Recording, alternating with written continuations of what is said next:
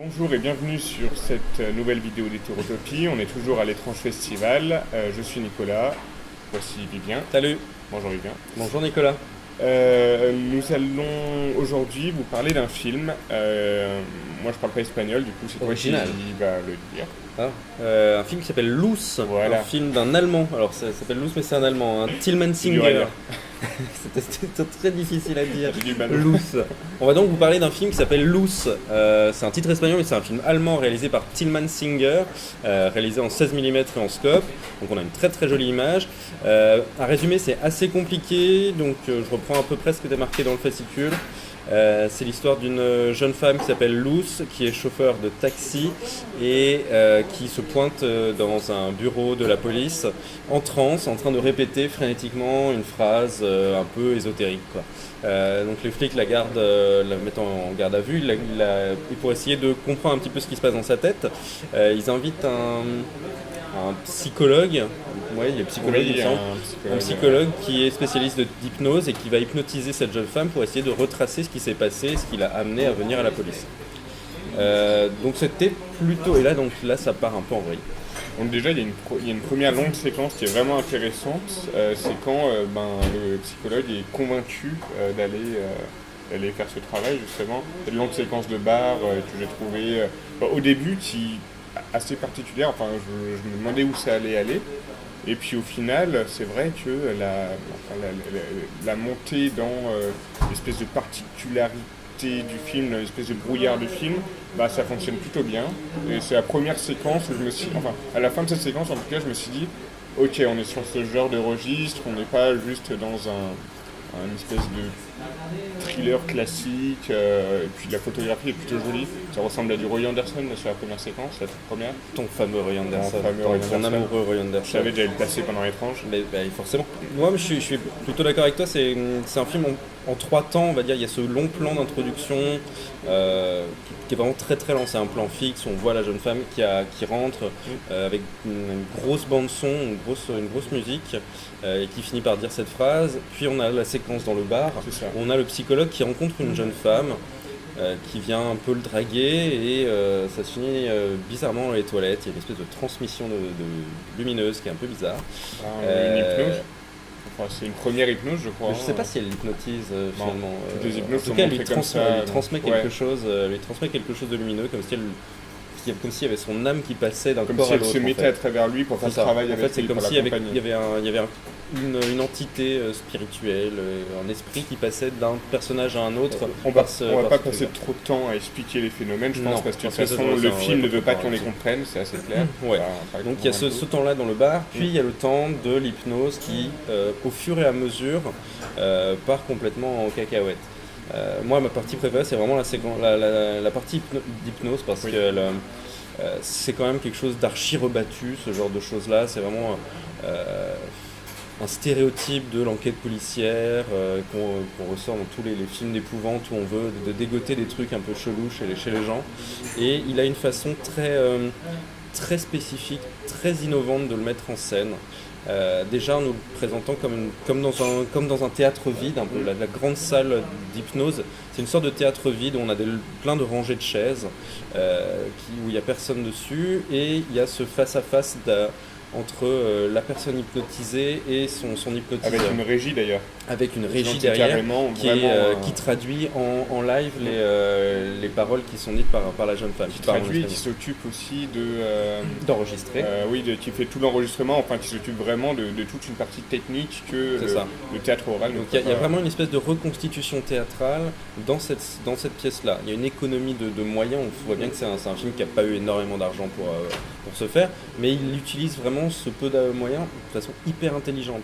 Donc on a cette reconstitution théâtrale, et après pour éviter de tomber dans du flashback classique où on va revoir les gens faire les actions, il joue à fond sur la bande son. C'est la bande son qui va venir s'immiscer dans cet espace et occuper tout et faire que 2 registres narratifs vont se superposer l'un et l'autre.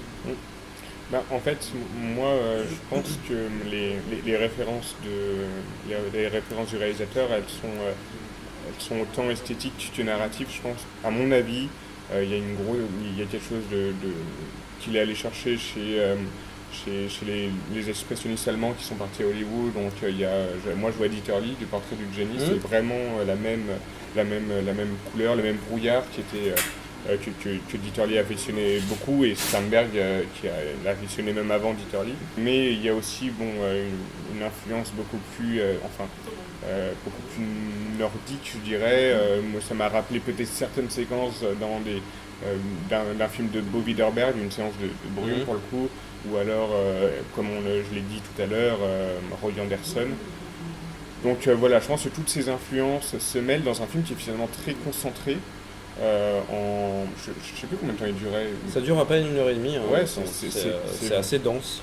Pour le coup, le film est très dense. C'est ce qui le sauve un peu d'ailleurs, parce que je pense que. Ouais, il a très bien compris qu'il fallait pas. Non, il dure beaucoup moins que ça, c'est 1h10. Oui, c'est ça. C'est 1h10, c'est 72 minutes le film. Donc c'est un film très ramassé, et en ce très peu de temps, il l'utilise vraiment de façon très intelligente, en prenant. En découpant vraiment de très longues séquences. C'est une esthétique qui demande du temps court, de toute façon, qui demande de la densité, parce que si le montage continue trop longtemps et que les séquences s'enrayent, de toute façon, déjà le fil on l'a perdu, et on ne peut pas laisser le spectateur sans fil trop longtemps. C'est d'ailleurs ce qu'on avait reproché à certains films de ce festival. Et clairement, il ne joue pas sur l'action, il joue clairement sur ce qui se passe entre les personnages. Oui. L'action, elle est entre ces personnages, dans leurs échanges, dans les échanges de regards, et après dans tout le travail de caméra qu'il opère autour d'eux. Donc c'est pas un film d'action, et les actions, elles sont souvent dites, elles sont souvent verbalisées en fait. C'est ce qui se passe exactement dans la scène d'hypnose, où tout ce qui relève de course de voiture, de je mets ma valise dans le coffre, etc. Tout ça c'est verbalisé, tout ça c'est raconté.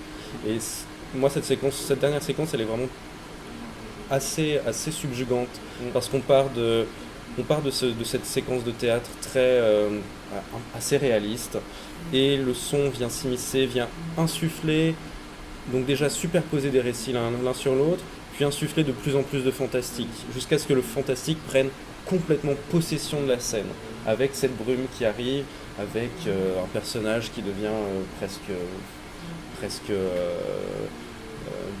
diabolique en fait. Oui, en fait le film d'hypnose tourne au film de possession très rapidement.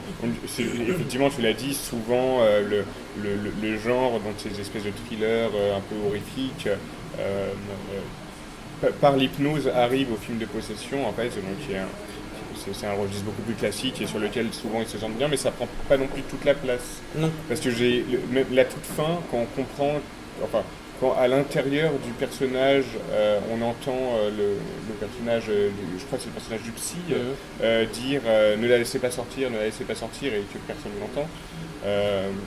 On est plus en fait dans le film où l'âme du personnage serait rentrée dans un autre corps que dans un véritable film d'hypnose ou de possession. Ouais. Quelque chose de vraiment différent, comme si les deux plans s'étaient mêlés et qu'on ne savait pas quoi faire de ce psy qui en fait était hors plan, hors contexte, hors histoire. De toute façon, il atterrit un peu, il n'est pas du tout dans les deux histoires. Lui, il est là pour faire le lien. Et finalement, quand les deux lignes narratives se rejoignent, je dirais, lui, il est en trop et il faut qu'il passe quelque part. En somme, c'est un film très bavard, qui peut paraître très austère au début. Il l'est un peu quand même. Parce qu'il l'est, clairement. Mais qui a des très beaux jeux de lumière, qui a de très bons acteurs. Vraiment, c'est des acteurs qui incarnent ces personnages avec une vigueur assez folle. Notamment les deux personnages de policiers. C'est ça, les deux policiers, le psy. Et la réalisation est vraiment super intelligente. Donc, perso, moi je vous le conseille, c'est une bonne surprise du festival. Pour moi, c'est un top 3 en tout cas pour l'instant, hors film compétition officielle. Hors film, comment on dit hors pépite, tout ça, voilà. Tout ce qui est redécouverte. Donc, Loose, voilà. Je dis au revoir. Vas-y, allez, au revoir. Au revoir. Et à la prochaine fois pour une prochaine vidéo. Peut-être qu'il faudrait dire qu'ils like les gens. Ouais. Je vais pas dire. T'as éteint ? Non. Alors, n'oubliez pas, il faut liker si vous avez aimé. Il faut partager aussi. Oui. Parce qu'il faut toujours partager. Oui, ça nous aide si vous partagez. Ça vous aide si vous partagez. Voilà. On se retrouve pour une prochaine vidéo sur Hétérotopie. C'est bon. Parce qu'en plus, tu pourras même monter une Carnage. Oui, c'est toi qui as fait une table. J'ai rien fait là. D'où tu m'agresses, Isabelle Adjani là.